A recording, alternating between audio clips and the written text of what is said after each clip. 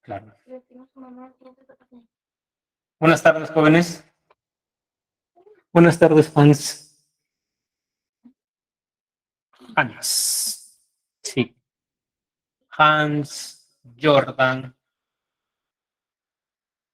Jóvenes, me preguntaba si mañana tienen examen, ¿cierto?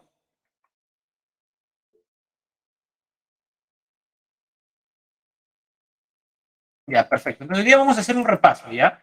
La clase lo permite, ¿correcto? Entonces, en la clase vamos a ir sugiriendo información de semanas pasadas, ¿correcto?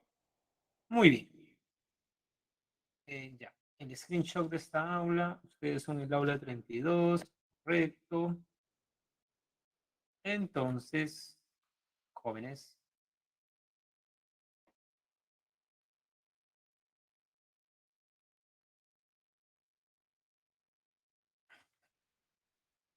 ¿están viendo lo que estoy proyectando, jóvenes?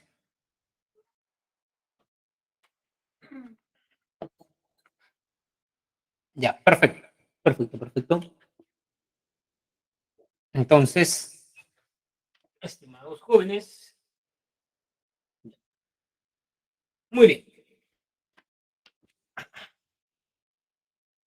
Entramos a la segunda unidad de este curso. Ya vamos a ver ahora disciplinas filosóficas y vamos a comenzar con la nociología. La nociología, jóvenes, la palabra nociología proviene de dos raíces griegas. Gnosis, que significa conocimiento, y logos, que significa teoría. Por ello, su significado etimológico es teoría del conocimiento. En realidad es teoría filosófica que problematice el conocimiento, porque vamos a ver que la filosofía, características de la actitud filosófica, a ver, recuérdenme las 5 características de la actitud filosófica. Totalizadora, ¿qué más?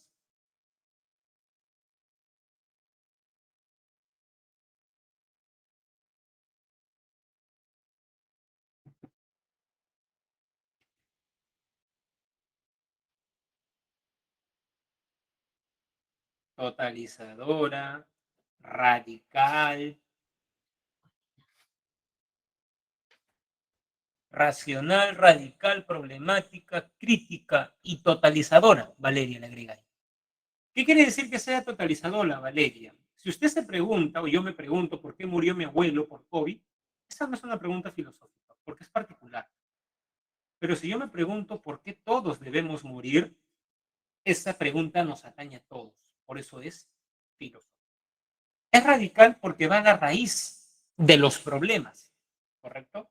Va al fundamento de la realidad. Es racional porque el filósofo esgrime argumentos racionales. ¿Qué quiere decir eso, estimados jóvenes?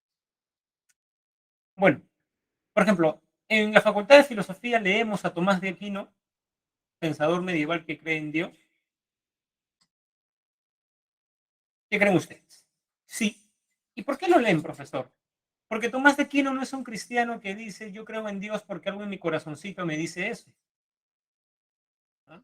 Tomás de Aquino da 5 poderosos argumentos lógicamente constituidos de por qué debemos creer en Dios. Y también es crítica y problemática. Crítica porque somete a cuestión lo que dicen los filósofos anteriores y problemática porque replantea problemas. ¿Qué quiere decir eso? Muchos han dicho que la filosofía tiene que ver más con las preguntas que con la respuesta. Por eso es problema, ¿correcto? Entonces, la filosofía es problemática, por eso no vamos a exponer qué es el conocimiento, vamos a problematizar qué es el conocimiento, ¿correcto? Muy bien. Entonces, un poco para entrar en el asunto, vamos a ver los 3 elementos del conocimiento, ¿no? A ver, primero está el sujeto cognoscente, que es el que conoce, este amiguito de Malpayo. Luego está el objeto cognoscible, que es lo que se conoce, ¿correcto, no? Digamos, ¿no? Persona que conoce y lo que se conoce. Y luego está, jóvenes, ¿no? La imagen mental, representación, idea. A mí me gusta mucho la palabra representación por el reflexivo, ¿no? ¿Correcto? Me presentan un historiador, hola Luis Eleazar Sánchez, Luis Paliza. Y luego recuerdo al historiador que conocí hoy día. Para que haya una representación, debe haber una presentación. O sea, si no nos presentan a alguien, no los podemos recordar. Por ejemplo, jóvenes, ¿ustedes recuerdan el local central de la playa de San Marcos?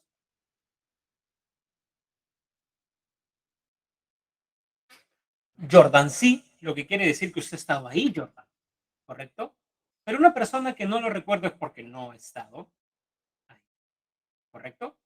A ver, cuando uno recuerda, jóvenes, cuando uno recuerda, recuerda no el objeto, ¿no? Digamos la representación. Por ejemplo, digo la palabra ex, recuerdan a sus ex. ¿Aparece en su casa? Ya quisiera, profesor. ¿Ven? ¿No? Entonces, en realidad recordamos la imagen mental, ¿correcto? Muy bien, jóvenes. A ver, si les viene una pregunta, ¿no? Xiomara es una arqueóloga sanmarquina que viaja a Ica a conocer los mantos de la cultura para.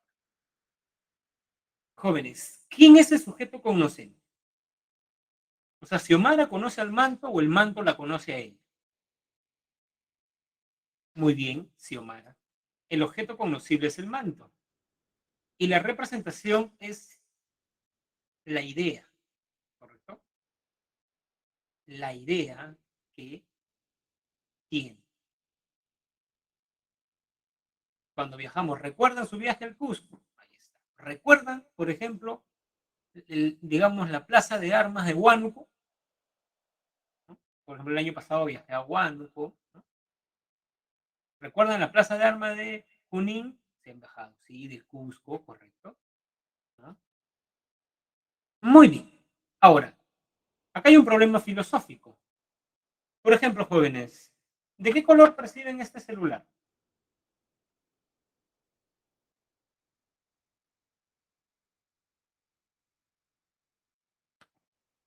Muy bien, Valeria. Valeria, una pregunta. ¿Usted en su imagen mental, que es el tercer elemento, percibe el celular de color negro? Sin embargo, Xiomara, ¿el celular es negro en la realidad?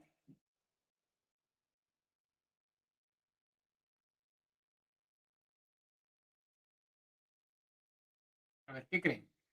¿El celular es negro en la realidad?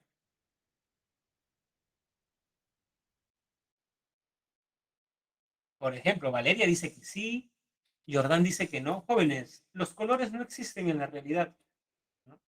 Lo único que existe es la luz. Es decir, este tomatodo no es plomo tirando para negro. No. Lo que pasa es que es una interacción entre la luz, mi vista, y este objeto. En la realidad, jóvenes, mi chompa no es naranja, ¿correcto? Mis lentes no son marrones, ¿correcto? ¿No? Eso ya lo sabían los empiristas. Los empiristas hablaban de las famosas cualidades primarias y cualidades secundarias. Las primarias son propias del objeto, forma, peso, ¿correcto? En cambio, las secundarias, ¿no? Las cualidades secundarias, ¿no? Son producto del contacto. Olor, sabor, color. ¿Correcto? Muy bien, ¿no? Muy bien, ¿no? Perfecto, jóvenes. Entonces, ¿las cosas son como las percibo? Es una buena pregunta, ¿no? O sea, el sujeto puede aprender con H y captar la realidad tal y como es, ¿no? Bueno, ahí está. ¿Es posible conocer la realidad? Es una pregunta. Quien dice sí es un dogmático, ¿no? Sí podemos conocer la realidad, sí es posible. El dogmático tiene confianza en los sentidos y en la razón. La palabra dogmático, jóvenes, viene del griego dogma, creencia, y tiene un sello religioso. ¿Qué quiere decir eso? En la Iglesia Católica, en toda religión hay los dogmas. Claro, el testigo de Jehová no dona sangre, por ejemplo, pero tampoco diezma. El Pentecostés sí dona sangre y sí diezma también. Pero eso no es un dogma. Un dogma es, por ejemplo, dentro del cristianismo, que Dios es unitrino, que Jesús es su Hijo, que Dios creó el mundo, que María es inmaculada, ¿correcto? Pero alguien podría leer la Biblia atentamente. Jóvenes, Jesús tuvo hermanos. O sea, María y José tuvieron hijos. Suponiendo que Jesús es inspiración del Espíritu Santo, María y José como esposos tuvieron relaciones sexuales y María quedó embarazada. Entonces, ¿cómo es eso que María fue virgen durante toda la vida? En ese tiempo no existía fecundación in vitro como ahora, ¿no? Entonces, si yo le digo esto a un cura, me dice, no dudes, cree. ¿Recuerdan ese pasaje de la Biblia donde Tomás, discípulo de Jesús, decía, yo voy a creer que Él ha resucitado cuando toque su llaga, cuando lo vea? Y cuando Jesús, por ejemplo, resucita, se acerca y le dice a Tomás, ¿no? Tomás, ven, pon tu dedo en mi llaga. ¿Y cómo termina ese pasaje de la Biblia? Bienaventurados quienes crean sin poder ver. Eso es la fe. La fe es eso. Eso es un don. No tienes que ver, no tienes por qué, digamos, exigir argumentos. O sea, es el que no quiere dudar, ¿no? Un dogmático es eso, el que no quiere dudar. Y el que duda, más bien es el escéptico. La palabra, perdón, escéptico viene del griego skepis, que significa duda, ¿no? Significa duda. Bueno, el escéptico duda y muchas veces niega la posibilidad del conocimiento, ¿correcto? ¿No? Entonces, jóvenes, ¿no? Tenemos acá, ¿no? El escéptico, ¿no? Que niega la posibilidad del conocimiento. Veamos primero el escéptico radical. El escéptico radical, jóvenes, dice que no es posible conocer nada de la realidad.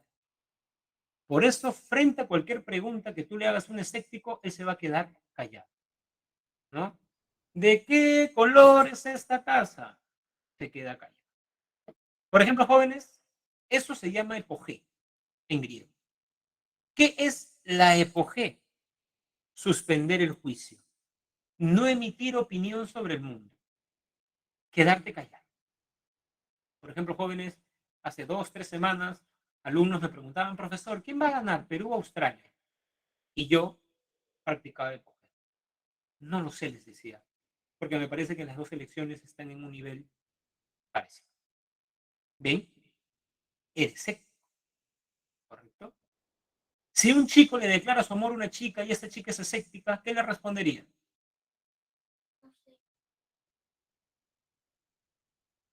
¿Qué le respondería? ¿No? Nada. Así es. No le diría nada. ¿Correcto? ¿No? Y sexto empírico, porque Pirrón no escribió nada, siendo coherente con su postura, sexto empírico cuenta que Pirrón viajó con Alejandro Magno a la India. Y dicen que Alejandro Magno puso a Pirrón a competir con un sabio hindú. Y ambos les preguntó qué es el dolor. Y Pirrón definió el dolor, habló de las causas, de las consecuencias, y luego le tocó el turno al sabio de la India. Dicen que el sabio de la India se roció algo, pidió una antorcha y se prendió fuego. Dicen que se quedó parado un minuto, luego dio una vuelta en círculo, llegó donde estaba Pirrón, se revolcó en el suelo y dijo, esto es el dolor, y murió, quemado. Pirrón, como ustedes, quedó consternado. Y dicen que luego vino amigos de este sabio de la India y le dijeron a Pirrón, tú hablaste sobre el dolor. Él mostró que es el dolor. El lenguaje es baladí. Hay que mostrar las cosas. Y dicen que esta anécdota lo conmovió tanto a Pirrón que volvió a Grecia y se quedó callado de por vida. Practicó epogé por siempre. Incluso algunos dicen que se dañó las cuerdas vocales para no poder hablar, si quería, para que no pueda hacer. ¿Correcto? ¿No? Muy bien. Sin embargo, hay un escéptico relativista. ¿Qué señala, jóvenes, el escéptico relativista? Que no podemos conocer verdades universales, ¿correcto? ¿Ah? ¿Qué filósofo decía que el hombre es la medida de todas las cosas? A ver, ustedes que están a portas. Muy bien, Protagoras. ¿Eso qué quiere decir? A ver, Jordan, ¿a usted le gusta el ceviche? Sí. Ya, muy bien. A mí no. Pero, por ejemplo, Jordan, usted no tendría por qué practicar epogé. Para usted es una verdad, ¿no? Que el ceviche es delicioso. Pero para mí no, ¿correcto? Jordan, ¿siente frío o calor ahora? ¿No? Calor, dice Jordan. Yo siento un poco de frío. ¿Usted está en Lima, Jordan? ¿No? Ya, por ejemplo, ¿no? Yo tengo un amigo que es de Puno y siempre lo veo con chor. Y digo, oye, ¿tú no tienes frío? Y me dice, te voy a llevar a mi pueblo para que sepas qué es el frío. Allá hace mucho más frío, entonces a él lo de Lima no le parece, digamos, frío. Entonces, ven, no tendría por qué Jordan practicar epogé. Para usted es una verdad, Jordan, que hace calor. Y para mí es una verdad que hace frío. Entonces, claro, si vamos a llegar a cosas universales, mejor hay que quedarnos callados, ¿no? ¿Qué filósofo criticó a Protágoras? Diciendo que la verdad es universal y tenía como método la mayéutica. Muy bien, el gran Sócrates. Así es. Muy bien. Ahora, Kant va a decir que sí conocemos el fenómeno y que no conocemos el nombre. Miren, jóvenes, ¿ah? Kant está mirando un atardecer, pero no conocemos esto. Conocemos lo que tenemos en nuestra mente. ¿Qué quiere decir? Por ejemplo, jóvenes, que si esta persona, o sea, si Kant viera esto, Kant diría, acá hay un error que han cometido los profesores de la plana de filosofía de San Marcos. Acá hay una X. Yo no sé qué hay acá. Yo conozco lo que está en mi mente. Jóvenes, miren lo que tengo en la mano. Yo no sé qué hay acá. Esto es una incógnita para mí. Claro que hay algo porque lo estoy tocando, pero yo conozco en realidad lo que he formado en mi mente, el fenómeno, ¿correcto? Y eso tiene que ver con el giro copernicano. ¿Qué es el giro copernicano? Que el sujeto ordena la realidad. La realidad no es como la vemos, jóvenes. Nosotros la hemos ordenado. Entonces no conocemos cómo es la realidad en sí. Cuando vas al parque y ves un árbol, tú crees que estás viendo un árbol. Eso que está ahí, tú no sabes qué es. Tú estás viendo lo que tu mente ha ordenado. Es una cosa diferente. Sé que es un poco difícil aceptar esto porque solemos creer que conocemos cómo es la realidad, pero no es así. Por ejemplo, jóvenes, ¿ustedes me conocen a mí en sentido estricto?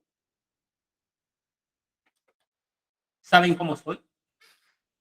Así es, Valeria. No. Ustedes conocen mi fenomenei, mi aparecer los días sábado de 12:10 a 1:05. Pero ¿saben cómo soy en realidad? Ese sea un psicópata en serio. Ustedes conocen mi apariencia, nada más. ¿Correcto? ¿Ah? Muy bien, muy bien. Problema sobre el origen del conocimiento. ¿No? ¿Cuál es el origen del conocimiento? A ver, jóvenes, yo tengo la imagen del tomatodo en mi mente. ¿Qué facultad es la que fundamentalmente, digamos, participa para yo tener la idea? ¿La razón o la experiencia?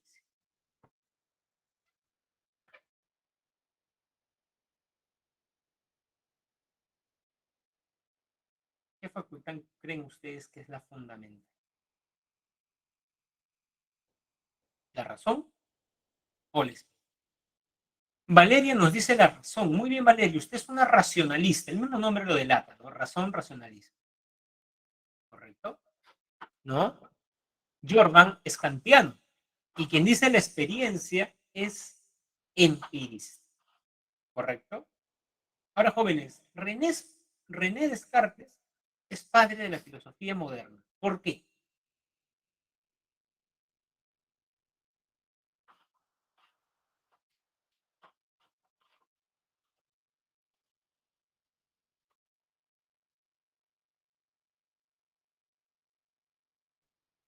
¿Por qué, jóvenes? ¿Ya lo olvidaron?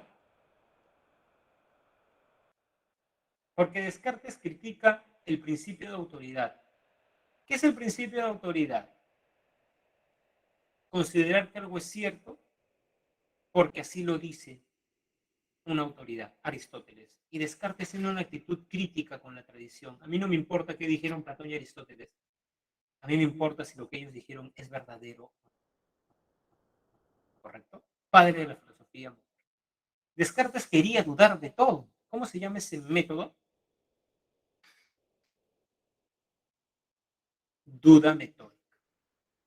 ¿Cuál es la primera certeza a la que llega Descartes después de poner en práctica la duda metódica? Lo voy a decir en latín. Cogito ergo sum. ¿Qué significaba? Muy bien, Jordan. Pienso, luego existe. Muy bien, estamos repasando Descartes, semana 3. A ver, a mí, de nuevo, a mí me gusta que ustedes entiendan, porque la pregunta de Eco les va a interrogar eso, no va a ir por preguntas humorísticas. Así que, ¿por qué para Descartes alguien podría preguntar, ¿es la razón y no la experiencia la facultad fundamental en el proceso de elaborar ideas? Y, estimados jóvenes, lo que dice, ¿no? Lo que dice René Descartes es porque los sentidos nos engañan. ¿De qué tamaño es el sol, jóvenes, a las 6 de la mañana? De este tamaño. 12 del día, más pequeño. Y en la tarde, a las 6 de la tarde, cuando uno va al mar, ¿de qué tamaño es el sol? Inmenso, ¿no? ¿Es que el sol crece y decrece durante el día o es que es el mismo y mis sentidos me engañan? Nuestros sentidos nos engañan. Jóvenes, ¿ustedes confiarían en alguien que los ha engañado? No. Entonces Descartes te dice, actúa con tus sentidos como actuarías con una persona que te ha engañado. Ya no le creas. Cree a tu razón. ¿Correcto? Ese es el argumento. ¿Qué es la razón y no los sentidos? Muy bien. Jóvenes, clasificación de ideas. Ideas adventicias, facticias e innatas. Van a un rancho, por ejemplo, y ven un caballo y ven un ave. Es idea adventicia, proviene del mundo. Pero ¿qué pasa si en la noche cuando duermen sueñan con un caballo alado? ¿Cómo se llama ese ser mitológico? El caballo alado.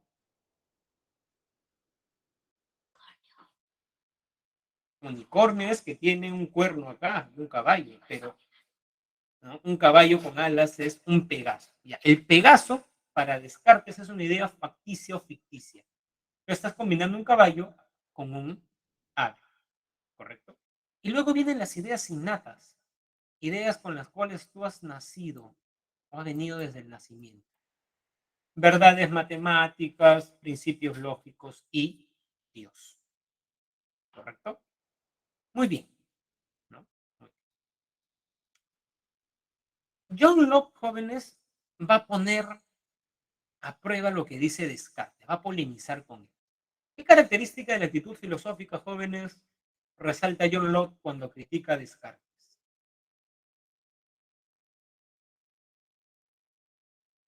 Muy bien. Crítica. Ya miren, John Locke dice lo siguiente, jóvenes. Nada hay en la mente que primero no haya estado en los sentidos.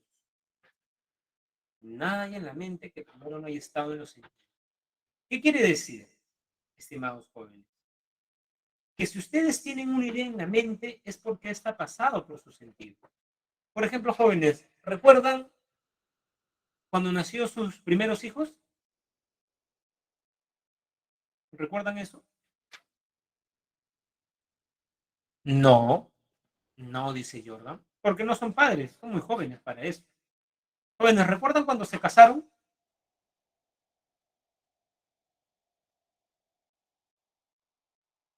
No, ¿ven? Porque aún no lo han hecho. Pero quien se casó ya recuerda cuando se suicidó, ¿cierto? Entonces, claro, quien tiene esa experiencia, ¿no? Una broma, joven. ¿Por qué siempre van en contra del amor? ¿No? Aunque muchos dicen que tiene que ver el matrimonio con el amor, ¿no? Es una buena pregunta, ¿no? Entonces, jóvenes, uno recuerda lo que ya, digamos, ¿no? ¿Correcto? Entonces, nada hay en la mente que primero no haya estado en los sentidos. Todo lo que tú recuerdas es porque lo has vivido. ¿Correcto, jóvenes? Muy bien. Entonces, John Locke dice eso. Para John Locke no existen ideas innatas. No existen ideas innatas. ¿Qué quiere decir eso, estimados jóvenes? ¿No? Bueno, el argumento de John Locke es el siguiente. En la mente de todas las personas, una idea innata es que la suma de los ángulos internos de un triángulo es 180 grados. Pero hay muchos jóvenes que tú les preguntas que no han ido al colegio y tú les dices, ¿cuánto es la suma de los ángulos internos de un triángulo? Ellos no lo saben. Entonces, la pregunta de John Locke es, ¿cómo ellos no lo saben? Pero supuestamente lo tienen desde el nacimiento. Y por eso John Locke no cree en eso. Y por eso para John Locke la mente es como una tabula rasa, como una hoja en blanco. No tiene nada. Profesor, pero yo ahora tengo ideas. Sí, porque las vas escribiendo. Por ejemplo, jóvenes, ustedes ahora recuerdan cuando Australia le ganó a Perú en penales. Claro, porque esa idea la han escrito. Recuerdan también cuando el Perú le ganó a Nueva Zelanda, ¿correcto? Porque esa idea la han escrito. Y van a ir escribiendo más ideas en su mente, ¿correcto? ¿Cómo se llamaba el otro empirista, jóvenes, no? ¿Cómo se llamaba el otro empirista, jóvenes, no? Que criticaba la idea de causalidad. David Hume. Es decir, ¿qué pasa si yo suelto ese celular? Va a caer. Lo que pasa es que tú has visto siempre suceso 1, suceso 2, cae. Suceso 1, suceso 2, cae. Y sueles creer que la siguiente vez va a ser así. Pero eso no es necesario. Y David Hume dice lo mismo que John Locke, pero con su propio lenguaje. ¿Qué dice? Que hay impresiones y luego ideas. La idea es el recuerdo de una impresión. La impresión, Valera fallando el penal. La idea, el recuerdo. ¿Cuándo fue más intensa? Ahora. ¿No? O perdón, es más intensa en el momento, ¿no? Cuando es una cuando es una impresión. ¿Correcto? Muy bien. Ahora, los racionalistas decían razón, la fuente del conocimiento. Los empiristas, la experiencia. Es como que elige cuál es la facultad más importante. Razón sin experiencia, experiencia sin razón. Pero Kant se pregunta, ¿por qué tienen que ser una facultad? ¿Por qué no pueden ser ambas? Y por eso Kant dice lo siguiente, ya saben, giro copernicano. El sujeto construye, o sea, el sujeto es fundamental en el conocimiento, él construye lo. Acá hay una X, yo no conozco el nómeno, conozco el fenómeno, ¿correcto? ¿No? La manzana, podríamos decir.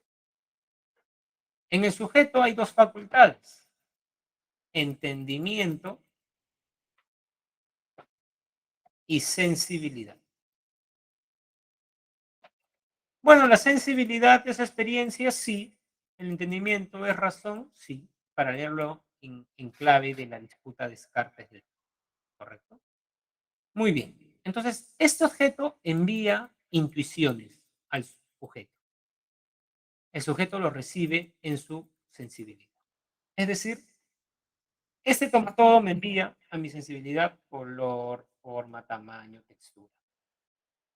El problema es que todo llega de manera caótica a mi sensibilidad. De modo tal que yo luego necesito una facultad que ordene, ¿no? Que ordene todo para tener la idea. Y esa facultad es el entendimiento. Y lo hace mediante las categorías. ¿Qué quiere decir eso? Que si yo solo tuviera experiencia, podría haberme afectado por el mundo. Y si tuviera solo, digamos, pero no, si solo tuviera experiencia, podría haberme afectado por el mundo, pero no podría ordenar. En cambio, si tuviera solo entendimiento, podría ordenar, pero no habría que ordenar. ¿Correcto? Entonces, estimados jóvenes, necesito ambos. Pregunta. ¿Para Kant yo puedo conocer a Dios?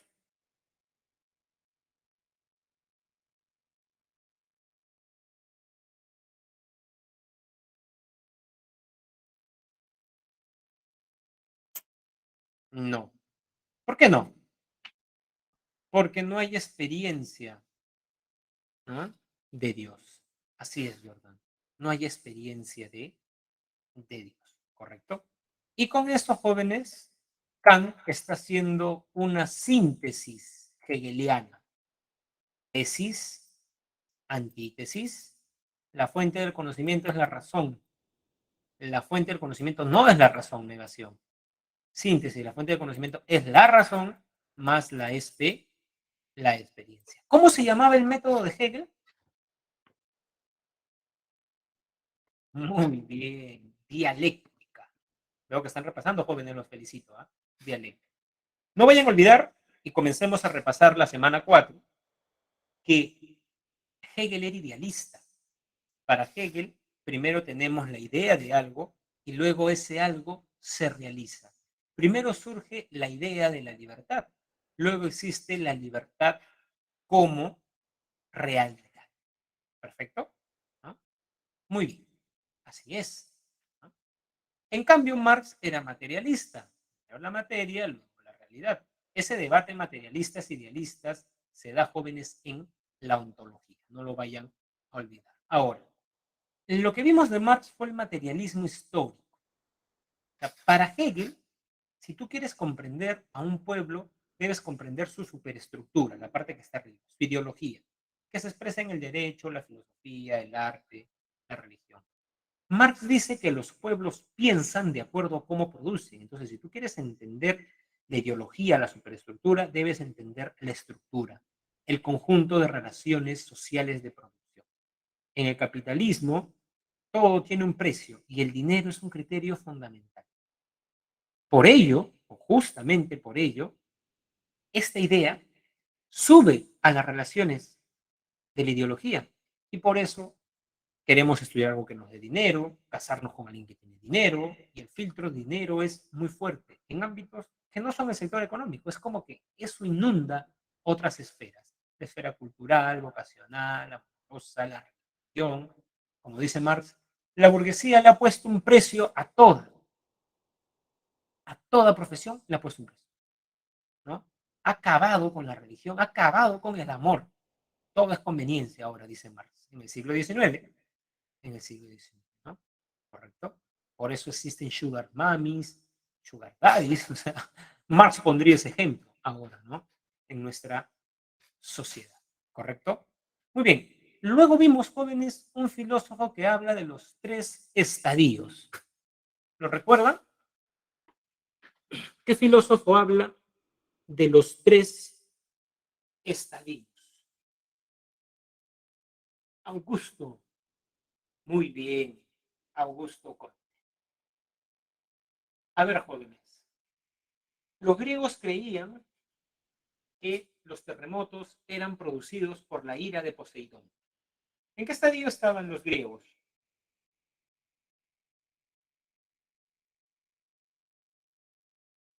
Teológico. Muy bien. Aristóteles creía que el primer motor inmóvil le daba movimiento al mundo. ¿En qué estadio? En el metafísico. Muy bien. En el metafísico. ¿Correcto? Muy bien. Luego, si les pregunto, los que hicieron las vacunas contra el COVID, ¿en qué estadio están? Muy bien, en el positivo. Y luego vimos un filósofo que criticaba al cristianismo y decía, Dios ha muerto.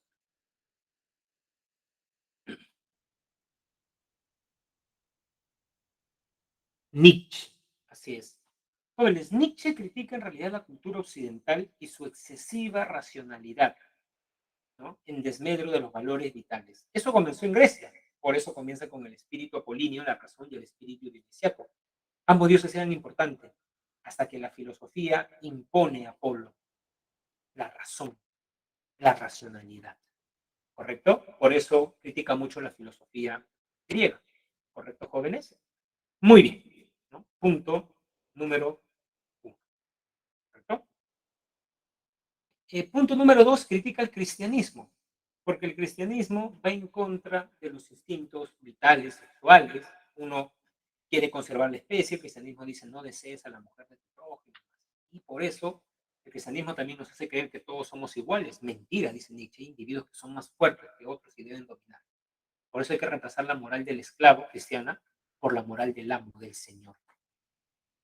Quien va a hacer eso es el superhombre, pero para ello tiene que aceptar la muerte de Dios. Aquel que puede vivir sabiendo que Dios ha muerto es un superhombre. Y el que realiza la transmutación de todos los valores. ¿Correcto, jóvenes? Muy bien. Ya repasamos la semana 4. Nos vamos al problema, jóvenes, de la verdad. ¿No? El problema de la verdad. ¿Qué significaba filosofía etimológicamente, jóvenes?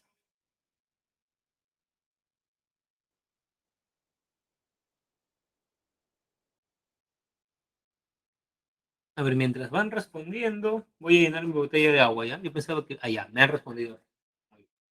¿Es lo mismo un filósofo que un sabio?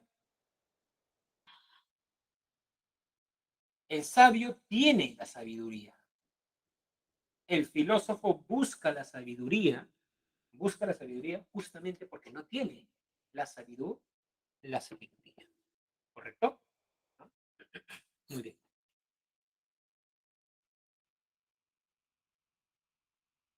Sin embargo, jóvenes, ¿qué es la sabiduría?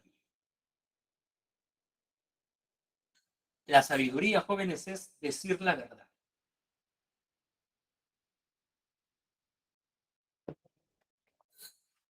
Entonces, un problema fundamental, jóvenes, de la filosofía es el problema de la verdad.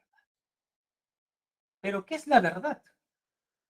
¿No? Alguna vez alguien me dijo, dime la verdad. Y yo filosóficamente le respondí, dime qué es la verdad. No sabía qué responder. Entonces, claro que es difícil, ¿no? Eso sí es Sócrates, jóvenes, ¿no? Para que vean que es útil leer filosofía. ¿No? Sócrates te escuchaba hablar y te decía, no sé, pues, tal presidente es corrupto, tal otro presidente es corrupto, corrupto, corrupto, corrupto. Y Sócrates te decía, ¿qué es la corrupción? ¿No? Entonces, cuando tú le preguntas a alguien, dime la verdad, Sócrates te diría, ¿y qué es la verdad? Y ya saben que en filosofía todo es discutible, ¿correcto? Por ejemplo, la definición de filosofía. ¿Qué es la filosofía? ¿Qué decía Aristóteles? Es una ciencia. Ciencia teórica que indaga sobre las primeras causas y principios, ¿correcto? Luego Wittgenstein decía que no era una, una ciencia, ¿correcto? ¿No? Que no era una ciencia. Igual ocurre en la verdad. ¿Qué es la verdad? Depende de cada filósofo, ¿no?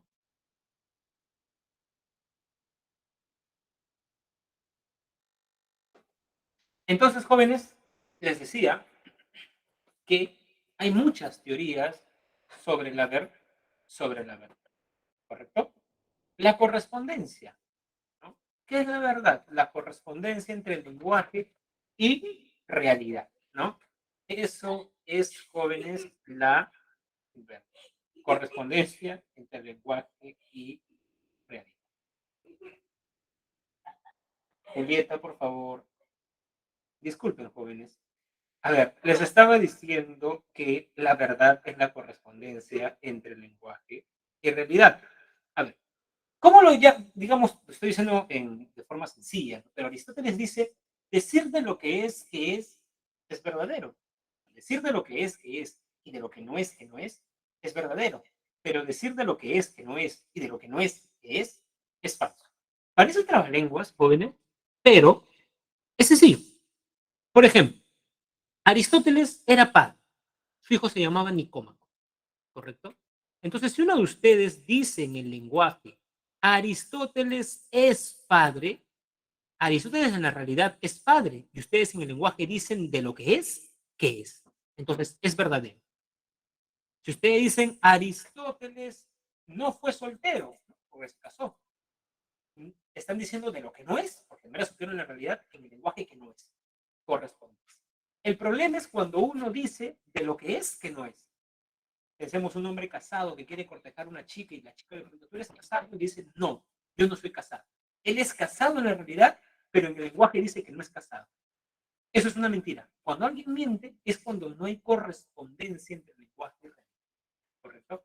Entonces, si alguna vez alguien les pide, ¿no? Les dice, dígame por favor, dime la verdad. ¿No? Ustedes exigen la verdad a alguien y esa persona se pone en tono filosófico y dice, ¿qué es la verdad? Correspondencia entre lenguaje y realidad. Que me digan las cosas que han ocurrido, no las que protegen tu imagen o las que tú crees que yo quiero escuchar. ¿Correcto? Muy bien. Primera postura, ¿no? A ver, podemos repasar acá un poco el debate Aristóteles-Platón. Para Platón, ¿cuál es la esencia de esta taza, jóvenes? ¿No?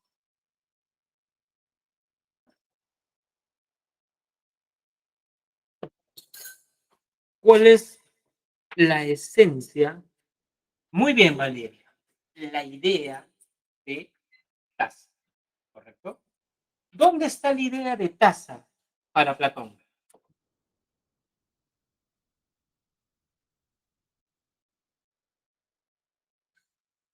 En el mundo de las ideas, porque hay dos.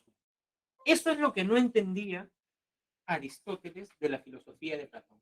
¿Cómo la esencia de esta taza, lo que define esta taza, no está en la taza? O casualidad, está en otro mundo, en el mundo de las ideas. No, si la idea de taza define la taza, pues debe estar en la misma taza. Entonces, esta taza es un compuesto de materia, ile y forma.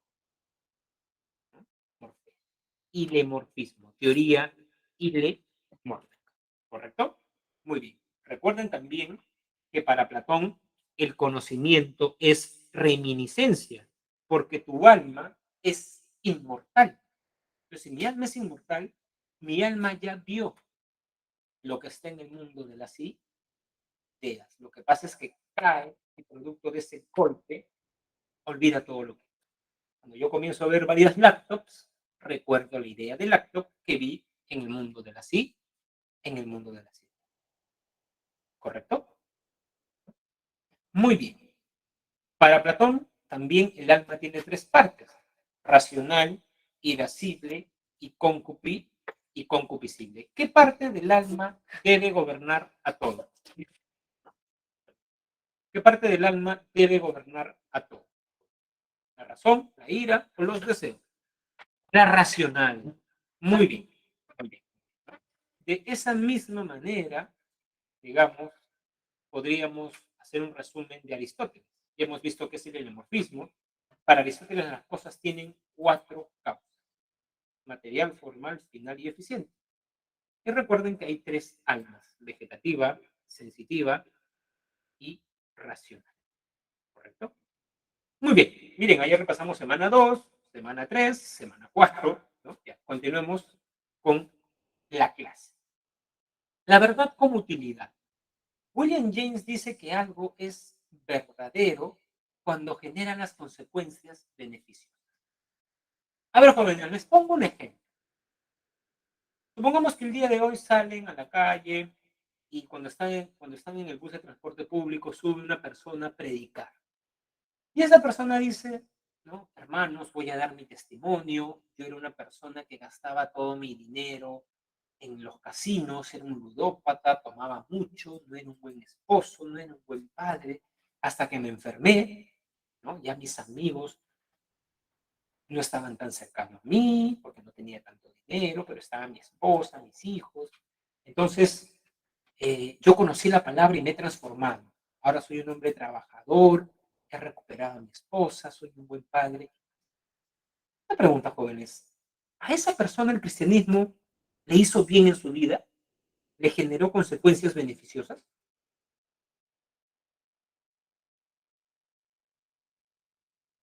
¿Qué creen? Así es, Valeria.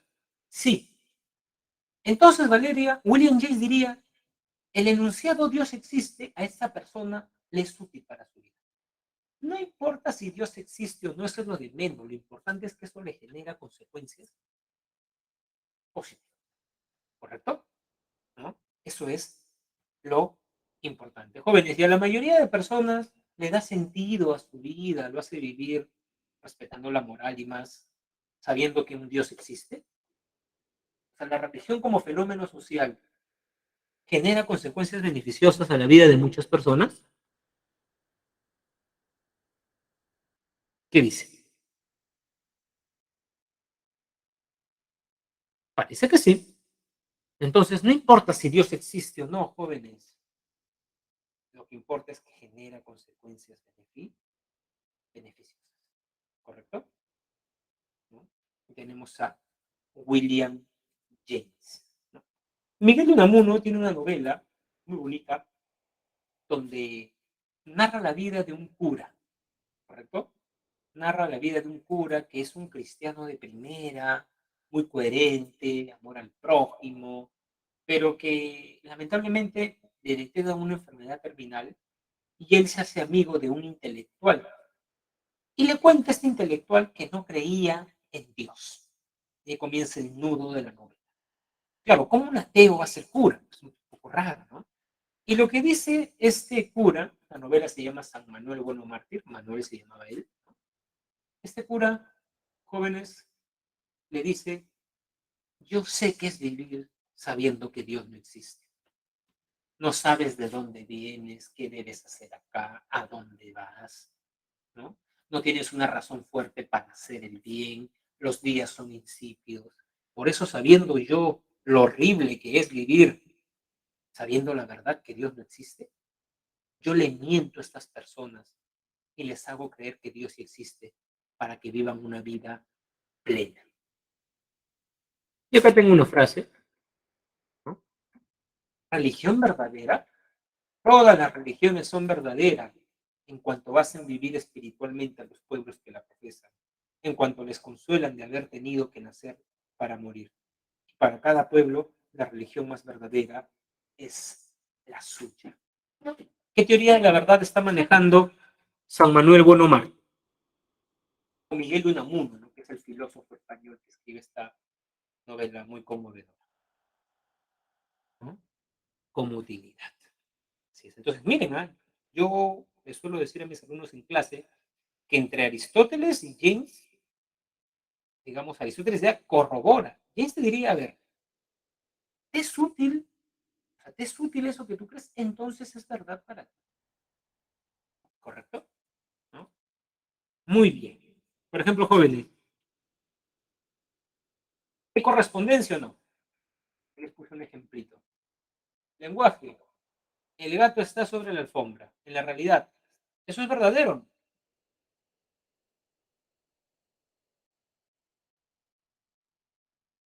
¿No? Sí. ¿No? Muy bien, jóvenes. Entonces, ¿ustedes han visto la película Batman, el Caballero de la Noche?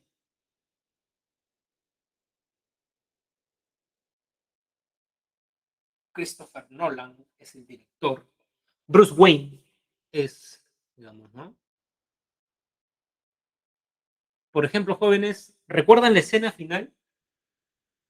Harvey Dent, Two-Face, el Joker lo había vuelto loco y había matado policías. Y Gordon le dice a Batman, el Joker ganó, porque el Joker tomó el mejor de nosotros y lo volvió mal. Y Batman le dijo, no, no puede ganar.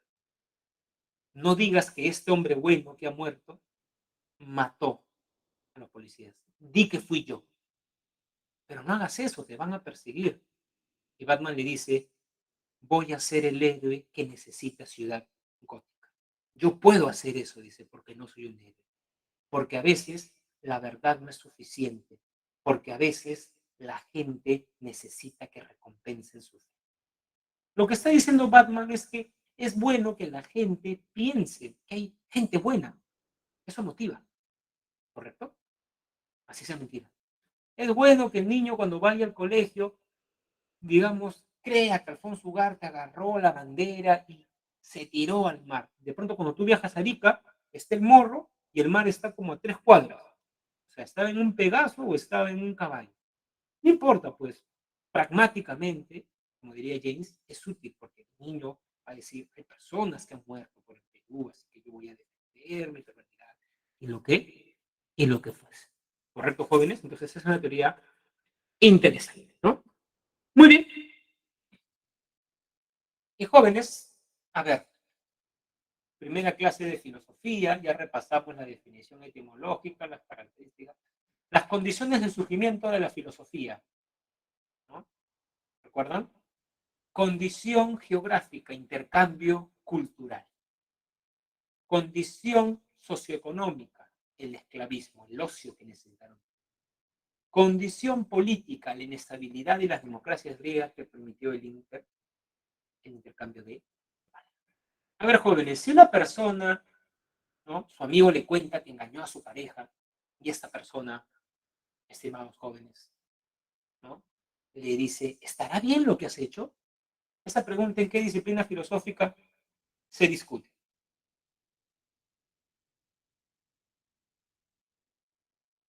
Muy bien, en la ética. ¿Qué es más valioso, jóvenes? ¿El amor o el dinero? Si tuvieran que elegir uno de los dos. Pobre, pero con el amor de su vida, o ricos, pero sin el amor de su vida. ¿En qué disciplina filosófica se discute eso? En la axiología, ¿no? ¿La astrología es una ciencia? ¿Eso en qué disciplina filosófica se discute? En la epistemología, ¿no? ¿Cuál es el fundamento de la realidad? ¿En qué disciplina filosófica se discute?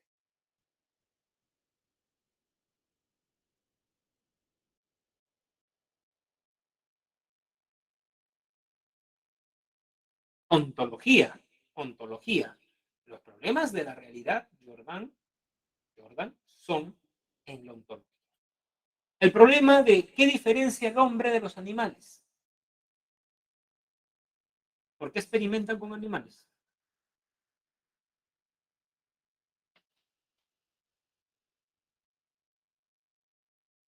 Antropología filosófica, ¿no? Muy bien. ¿Cuál es la fuente del poder? ¿En qué disciplina filosófica se discute?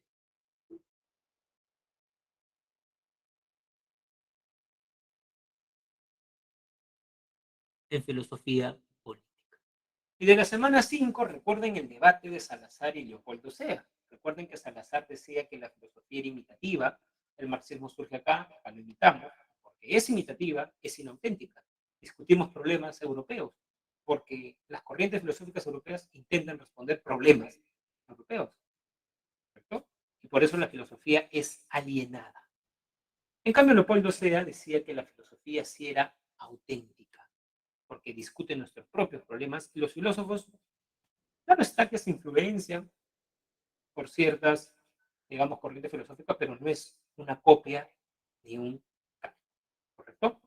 Muy bien. Bueno, luego recuerden la controversia de Valladolid, que es en la escolástica, Bartolomé defiende la humanidad, quién es la humanidad, la independencia política en el contexto de la Ilustración con Juan Pablo Vizcarra y Guzmán, el debate entre conservadores y liberales en el romanticismo, Bartolomé Herrera, la soberanía de la inteligencia, y Benito Lazo, la soberanía popular, el positivismo de Manuel González Prada y su idea de difundir las ciencias en Perú, la crítica espiritualista diciendo que también hay que educar moralmente, porque el problema es la corrupción, no solamente, digamos, es una cuestión técnica o tecnológica o científica, sino que hay que educar en valores a la clase dirigente, la teología de la liberación, la preferencia por los pobres. ¿Correcto, jóvenes? Entonces, hemos hecho un resumen y hemos también a la vez cumplido con la clase. ¿Jóvenes? Muy bien, espero que les vaya muy bien en su examen. Por favor, lean muy bien las preguntas. A veces por presión, ansiedad, uno lo lee rápido y no ve el no que había ahí. Señale qué característica no pertenece al pensamiento de Nietzsche. Y la alternativa A dice, ¿no? Critica la cultura occidental por su desprecio a la vida y el mal pesa, porque piensa que es la característica de la Así que cuidado con eso, ¿no? Muy bien, jóvenes, nos vemos la siguiente semana. Cuídense. Buen fin de semana. Nos vemos.